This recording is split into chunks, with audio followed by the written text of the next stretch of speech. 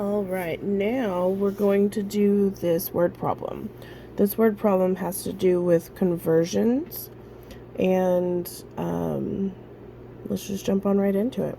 We're going to use our cube strategy for this, so we need to circle our numbers, underline the question, box in the words that are like keywords that help us. We don't have to eliminate anything because it's not multiple choice for this part, and then solve.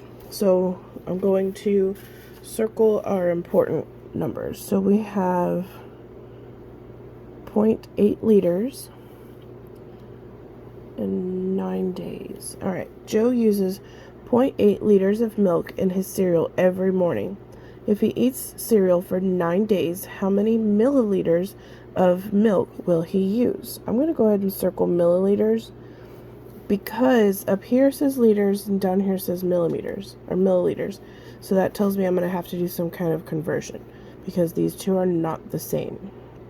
Okay, now I'm going to underline my question. How many milliliters of milk will he use? Box in my words, my keywords. So every, that's a multiplication word. And that's about it. Okay, so now let's go into actually solving this. Now, I have my conversion over here. When you take your tests and things, you'll have a conversion chart.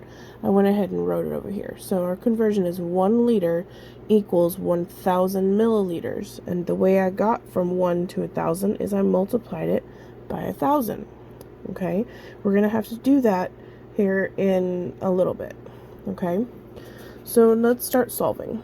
So we know that Joe uses 0.8 liters every morning.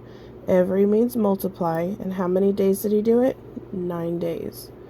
Okay, now this is straight multiplication. Okay, I need 9 times 8.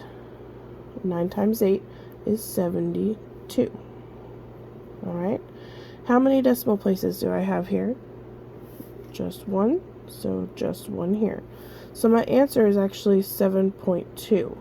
But that is how many liters. Okay, because this one is liters and this is days. This is saying liters. I want milliliters. Now I need my conversion. So for every 1 liter, it's 1,000 milliliters. Okay, and I got that again by multiplying by 1,000. So what would happen if I take my 1,000 that I need to multiply and times it by our liters? Well, I can use my zeros trick here and cover up those zeros and say, what is 72? We're not going to worry about our decimal right now. What is 72 times 1? Remember our ones trick. Anything times 1 is the other number.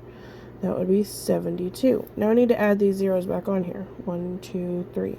That's my zero trick. Cover them up, do the math, put them back on. Now, how many decimal places do I have? Just one, right?